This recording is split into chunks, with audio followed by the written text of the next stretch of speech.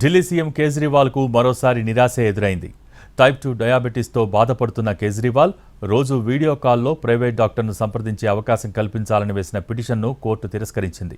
Liquor scam, money laundering కేసులో అరెస్టై తీహార్ జైల్లో ఉన్న సీఎం కేజ్రీవాల్కు క్రమం తప్పకుండా ఇన్సులిన్ అవసరమా, అతనికి ఇంకా ఏమైనా అనారోగ్య సమస్యలు ఉన్నాయా అనేది పరీక్షించేందుకు వైద్యుల కమిటీని ఏర్పాటు చేయాలని ఢిల్లీ ఎయిమ్స్ను ఆదేశించింది ప్రత్యేక కోర్టు.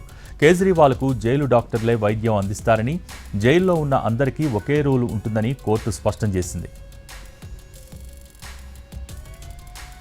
అయితే తన పిటిషన్ను తిరస్కరించడానికి ముందు తీహార్ జైల్ సూపరింటెండెంట్కు కేజ్రీవాల్ ఓ లేఖ రాశారు.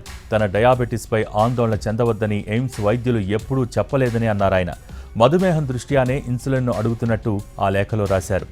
ఇన్సులిన్ను 10 రోజుల నుంచి ఇవ్వాలని తాను కోరుతున్నా అడగలేదని జైలు అధికారులు ఎలా చెబుతారంటూ లేఖలో ప్రశ్నించారు కేజ్రీవాల్.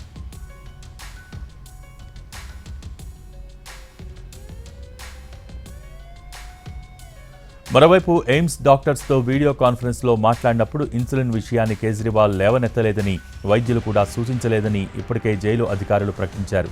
అయితే జైలు అధికారులు చెప్పిందంతా అబద్ధమని, రాజకీయ ఒత్తిళ్లతోనే తప్పుడు ప్రకటన విడుదల చేశారని ఆరోపించారు కేజ్రీవాల్.